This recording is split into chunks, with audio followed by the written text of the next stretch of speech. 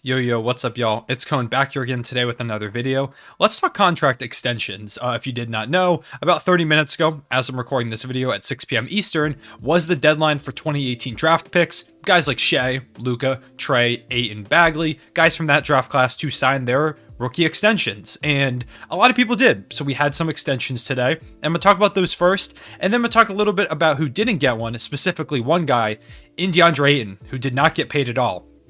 Some people that did get paid. Kevin Huerter got a 4-year, $65 million. Jaren Jackson Jr. got, I believe it was 105. Malcolm Brogdon got a couple extra years onto his contract. So different guys got some extensions, got some more money, and awesome. That's great for them. The big one that didn't get paid was obviously Deandre Ayton. Deandre Ayton, first overall pick in the 2018 draft, did not agree to an extension. A lot of people, me included, thought he was going to get a max extension, kind of similar to the ones that we saw like Shea, Trey, Luka, even Michael Porter Jr. get a bag. Because he was just the center for a team that went to the NBA Finals. He's 23 years old. He continues to just get better, and it would make sense for the Phoenix Suns, a franchise that got him with the first overall pick, to sign him to a max extension. He was the first overall pick, and he was really solid for you this past season. He was a big reason as to why you made it to the finals. I saw some people complaining about like Deandre Ayton, like, what does he do? Why does he deserve money? And he deserves money because he is their center. He was their defensive focal point for that roster. He was the part of the reason they made it to the NBA Finals. I saw some people say he couldn't stop Giannis. To be honest, no one can stop Giannis. Giannis is one of the most unguardable players in this entire league. You can't really stop him, so that's not a knock on him. Him alongside Devin Booker makes a great pairing. You throw Chris Paul in there as well, and this is a team that, like last season, made the finals, could make another run there again. I think a lot of people think that the Suns were such a fluke because of the injuries to other teams in the West. I don't think that's the case. Sure, maybe if AD is healthy and LeBron is fully healthy, the Lakers, maybe they beat the Suns last season, maybe. But you can only go on what concretely happened. The Suns were a really good team. It wasn't luck that they got the number 2 overall seed in the Western Conference. That's a really tough team. It's not going to be a coincidence when once again they shine and show out this season because they're just a really, really good roster.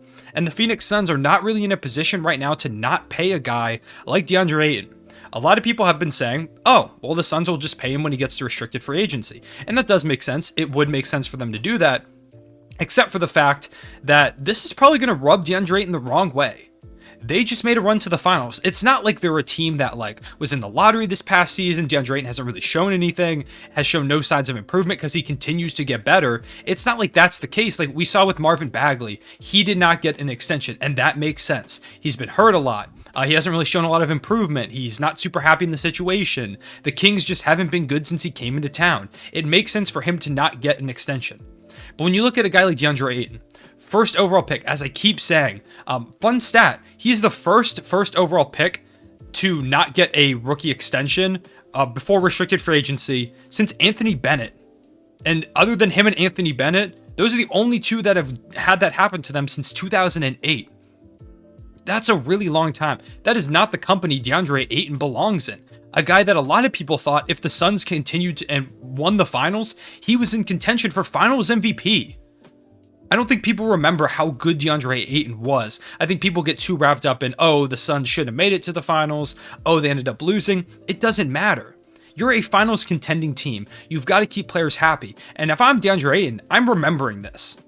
Because other guys got extensions. Shea got one, Trey got one, Luka got one. Jaren Jackson Jr., who's proven far less than Deandre Ayton, given he did get a lot less money, but he also got an extension. So if I'm Deandre Ayton, I'm like, why am I not getting one? I was a big reason why this team made it to the finals. We were great with me. Why won't you commit the money to me? And it's only made more difficult by the fact that they also gave Landry Shamet 4 years, $43 million. About 11 mil a year for a guy who's kind of just a shooter. He's not a great player. He's a solid player, but nothing crazy. And I know that is far less money than Deandre Ayton would have gotten. But if I'm Deandre Ayton, I'm like, why are you not paying me? Why are you extending other guys? Mikal Bridges got an extension as well. And I would argue, while Mikal Bridges might have a higher ceiling in terms of being a perimeter player than Deandre Ayton, I would say that Deandre Ayton has shown more promise than Mikal Bridges has shown so far. Once again, less money, I know. But if I'm Deandre Ayton, I'm asking these questions. And now the question comes about, what's going to happen? Does he demand a trade? I don't think so. I don't think he ends up demanding a trade because he's in a position to make a lot of money in restricted free agency anyways. But maybe this shows that the Suns, they're unsure. They don't want to give him a max contract. They don't know if he's worth it right now. And maybe by the end of the season, by the time restricted free agency rolls around, they decide, okay, this is what we want to do. But maybe they're saying, we don't want to pay him. We're fine with moving on from him. We think Chris Paul and Devin Booker are fine, and we think we can get a center for much cheaper that can replicate what Deandre Ayton is doing for this team. And in that case, maybe he becomes available for trade. And that's something that a lot of people have asked me about. If I am Sam Presti, I am making a call into the Phoenix Suns to ask about Deandre Ayton. If he didn't, it would be a mistake. I think Ayton is a great player, and I think he would complement the Oklahoma City Thunder roster so well. Gilgeous-Alexander could really use a lob threat that would open the game for him. He could be a defensive anchor. He's shown potential to step out and shoot the three ball as well, both in college. He has a good mid-range form, and in the preseason, he's been taking about like a 3 a game. If he continues to up that volume, I really think he can be a solid stretch big even, because like I said, he's shown it in college. He has a consistent form that works. I think he could be a shooting center. He can do a little bit of everything, and really what's missing for this Thunder team right now is a center. Point guard and shooting guard and small forward, those 3 spots, you've got Shea, Dort, Giddey. Whatever order you want to put those 3 in at those 3 spots, those 3 guys are great and they can be here. You have like Poku and Bazley maybe at the 4. You've also got like Trey Mann as another guard that you can look at. But really what's missing is the center spot. We have Isaiah Roby. I don't think Poku is really a center. We have Derek Favors, who's old. We don't have a franchise center at the moment. If you go ahead and you trade for Deandre Ayton, you bring in a franchise center. In addition, we don't have anyone's money on the books right now. We could pay him. We could give him as much money as he wants. Maybe we even give him a shorter contract in case he's like, I don't really know if this OKC thing is for me. I might want out quicker. They could offer him more money, but less years. I think it could work well. I would love to see Deandre Ayton in a Thunder uniform. And if I'm Sam Presti, I'm calling up the Suns. I'm saying, here are a bunch of first-round picks. Here's a couple guys we think could help you out, maybe like Derek Favors, probably 1 or 2 young prospects. We're throwing them what they want. Guys that can help them win now, hopefully, and saying, what do you think? Would you be willing to deal him to us? I don't think it gets done. Which sucks, because like I said, I would love him on this team.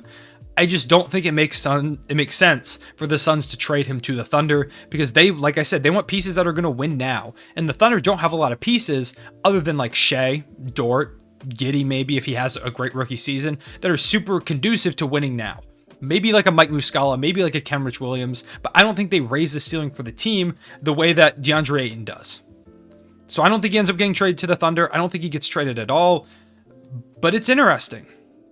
Because something that we've seen in the past with the Phoenix Suns is that they really kind of botched the Steve Nash era because Robert Sarver, their owner from then and now, doesn't like to pay people. He's not willing to shell out money to keep around a championship core. He lucked into Chris Paul in a trade that Chris Paul saw Devin Booker, DeAndre Ayton, and said, I want to be a part of this. Credit to him. He paid Chris Paul. They gave him money. But now you look at DeAndre Ayton, who's a great center. He was the defensive anchor for them. He's a reason why they made it to the finals with so many great games. And now he even looks at Chris Paul's contract.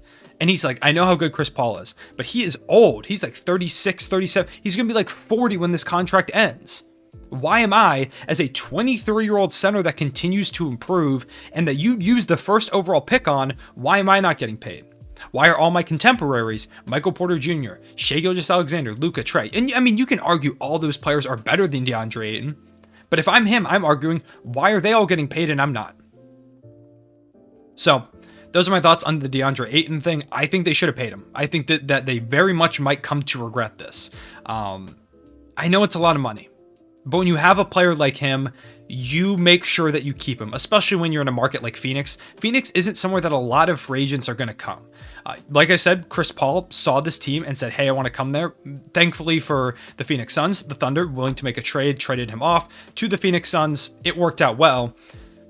But not a lot of free agents, especially a guy of DeAndre Ayton's caliber, are going to come to Phoenix. You pay your guys. We saw the Jazz bite the bullet and do it a couple years ago where they paid Rudy Gobert a lot of money. And people are like, that's an insane amount for Rudy Gobert.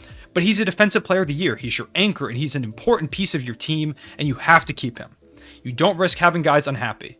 And even if by the time restricted free agency rolls around, Deandre Ayton is like, okay, that's fine. I'll sign this max offer sheet with y'all and come back. When he reaches unrestricted free agency for the first time in his career a few years down the line, he's going to remember this. He's going to think to himself, they didn't want me badly enough to extend me. And maybe that's not the case. Maybe they win a championship, or maybe they continue seeing success, and he's like, okay, I'll hang around. But there's also the chance that he remembers this and he walks. And if he does that, Robert Sarver, I hope he has a time machine, because that would be a massive mistake in my opinion. I'm a big fan of Deandre Ayton's. I think he should have gotten paid, and I don't think it makes sense that he didn't. Let me know what y'all think about this. I know it's a lot of money to pay for Deandre Ayton, and I feel like he's become underrated. The amount of people that I've seen saying that he doesn't deserve to get paid or deserve an extension, I don't get it. I think he's worthy of that extension. Let me know what y'all think in the comment section below. Another video going to come in a little bit, once again previewing the NBA season, and tomorrow I'm going to drop my official fall season predictions. So if you want to see those videos, make sure to leave a like and make sure to subscribe so you don't miss out. I appreciate y'all watching. If you made it this far, say Ayton deserves a bag in the comment section below so I know you made it to the end. I appreciate y'all watching. I will see you all later. Real one, say back.